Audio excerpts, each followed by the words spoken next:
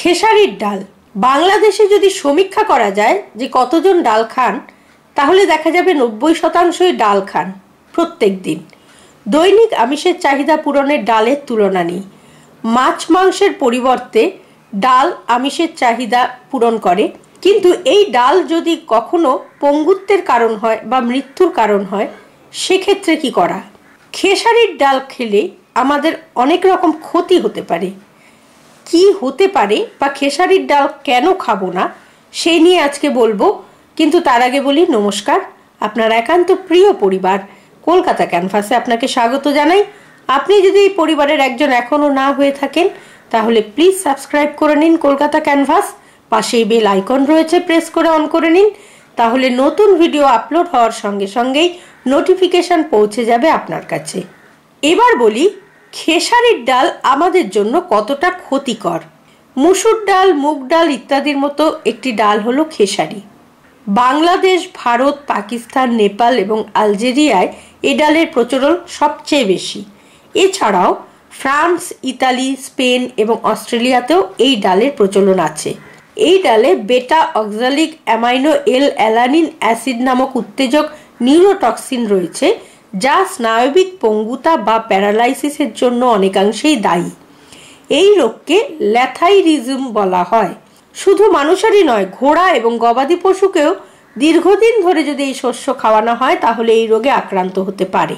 খেসারির ডাল এমন এক শস্য যা বন্যা বা খরা যে কোনো প্রতিকূল পরিবেশেই টিকে থাকতে পারে।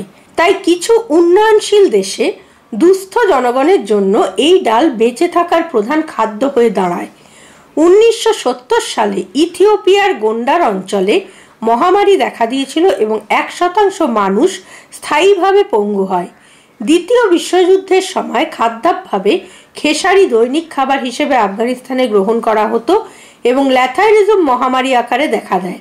আফগানিস্তানে দুর্ভিক্ষের কারণে খাদ্য তালিকায় খেসারি আনা হচ্ছে, যা যে কোনো মুহূর্তে ল্যাথাইরিজমের মহামারী সৃষ্টি করতে পারে। খেসারির ডাল খেলেই যে ল্যাথাইরিজম হয়ে যাবে তা কিন্তু নয়। খেসারির ডাল, খেসারি থেকে তৈরি আটা ইত্যাদি যদি দৈনিক খাদ্যের 1/3 বা অর্ধাংশ থাকে এবং টানা 3 থেকে 6 মাস খাওয়া হয়, তাহলে ল্যাথাইরিজম হওয়ার ঝুঁকি প্রায় 80%। এবার বলি কারা বেশি আক্রান্ত হয় এই রোগে। মহিলাদের চেয়ে পুরুষের আক্রান্ত হওয়ার প্রবণতা অনেক বেশি দেখা যায়, বিশেষ করে যাদের বয়স মোটামুটি 25 থেকে 40-এর মধ্যে। খেসারির ডালের রিস্ক ফ্যাক্টর কি রয়েছে এবার বলি। অপরিপক্ক এবং সেদ্ধ ডাল খেলে রিস্ক হতে পারে। খেসারি গাছের অংশ সহ রান্না করে খেলে রিস্ক হতে পারে।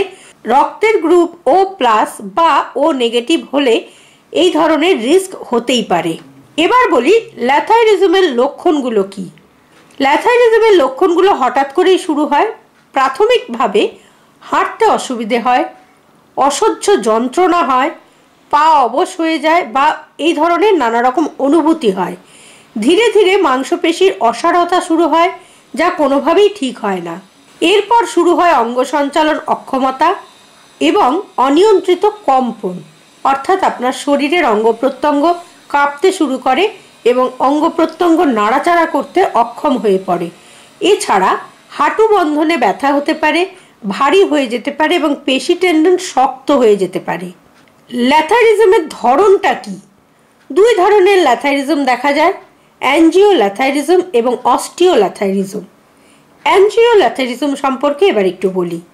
ল্যাথাইরিজমে শুধুই পঙ্গু হয়ে যায় তা কিন্তু নয়, আকস্মিক মৃত্যুও ঘটতে পারে যদি অ্যাঞ্জিওল্যাথাইরিজম হয়ে থাকে, কেননা এক্ষেত্রে বিষাক্ত রাসায়নিক দ্বারা অ্যাওর্টার স্থিতিস্থাপকতা পরিবর্তিত হয়ে অ্যাওর্টিক অ্যানিউরিজম হতে পারে। অস্টিওল্যাথাইরিজম সম্পর্কে একটু বলি। এক্ষেত্রে দৈহিক কঙ্কাল গঠনে বাধা সৃষ্টি হয়, ফলে হাড় এবং তরুণাস্থি অনিয়ন্ত্রিতভাবে বাড়তে থাকে এবং দেহ অদ্ভুত গড়নে রূপ নেয়। বাচ্চারা এতে আক্রান্ত হলে কঙ্কাল গঠনে এবং মস্তিষ্কের গঠন বাধাপ্রাপ্ত হয়। ল্যাথাইরিজমের প্রতিকার কি? ল্যাথাইরিজম সাধারণত ভালো হয় না, তবে মাংসপেশি শিথিল করার ওষুধগুলোর মতো কিছু ওষুধ অসাড়তা কিছুটা কমাতে পারে। তাছাড়া এখনো পর্যন্ত এর জন্য তেমন কোনো চিকিৎসা বা ওষুধ তৈরি হয়নি। এবার বলি কিভাবে এই রোগ প্রতিরোধ করতে পারেন। ল্যাথাইরিজম প্রতিরোধের প্রধান উপায় হতে পারে খেসারি ডাল খাওয়া বন্ধ করা, তবে এতে করে হিতে বিপরীত হতে পারে। বন্যা দুর্গত এবং খরা অঞ্চলে এর ভূমিকা অনস্বীকার্য, তাই এক্ষেত্রে কিছু পদক্ষেপ গ্রহণ করে সহজেই ল্যাথাইরিজম প্রতিরোধ করা যেতে পারে। ভালো করে জলে ফুটিয়ে বা গরম জল দিয়ে বারবার ধুয়ে বিষাক্ত ভাবটা কমিয়ে আনা যায়। এভাবে করলে আপনি অতটা ক্ষতিগ্রস্ত হবেন না।